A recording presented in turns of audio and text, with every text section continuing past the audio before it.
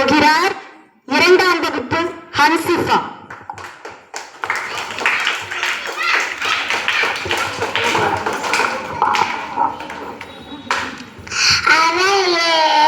தாமரை மலர் போல வீச்சிருக்கும் ஆண்டவர்களுக்கும் சான்றோர்களுக்கும் என் முத்தான முதற்கண் வணக்கத்தை தெரிவித்துக் கொள்கிறேன். என் பெயர் ஹன்சிஃபா.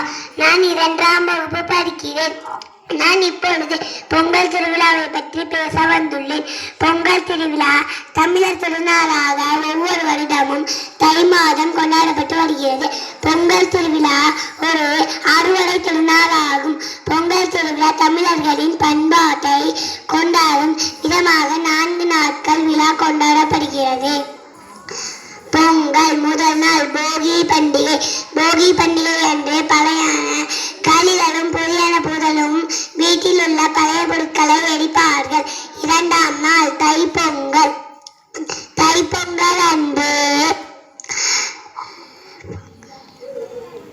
அறுவடை செய்த நெல்மணிகளையும் பல வகைகளையும் மற்றும் பானையில் பொங்கல் செய்து சூரிய பகவானை வணங்கி நன்றி செலுத்தும் விதமாக தைப்பொங்கல் கொண்டாடப்படுகிறது.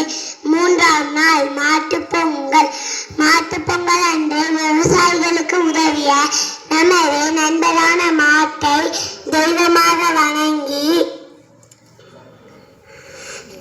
அவைகளுக்கு நன்றி செலுத்தும் விதமாக மாடுகளை குளிப்பாட்டி கொம்புகளுக்கு வண்ணம் தீட்டி மாலையிட்டு சந்தனம் குங்குமம் இட்டு வணங்குவார்கள்.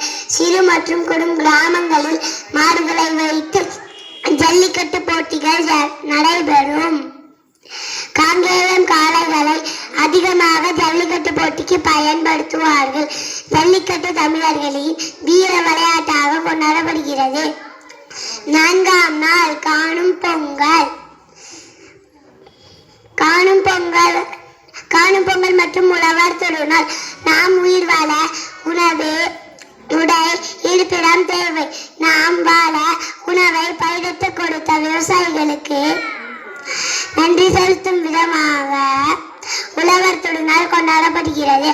காணும் பொங்கல் அன்று அனைவரும் தங்களது உற்றார் உறவினர்களுடன் மகிழ்ச்சியாக பொங்கல் வாழ்த்துக்களை பரிமாறிக் கொள்வார்கள்.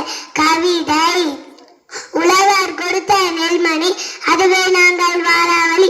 தன் வயிறு பசி வந்த போதிலும் ஊர் பசி ஆற்ற உழைத்த உழவரை நன்றி சொல்லி வணங்குகின்றோம்.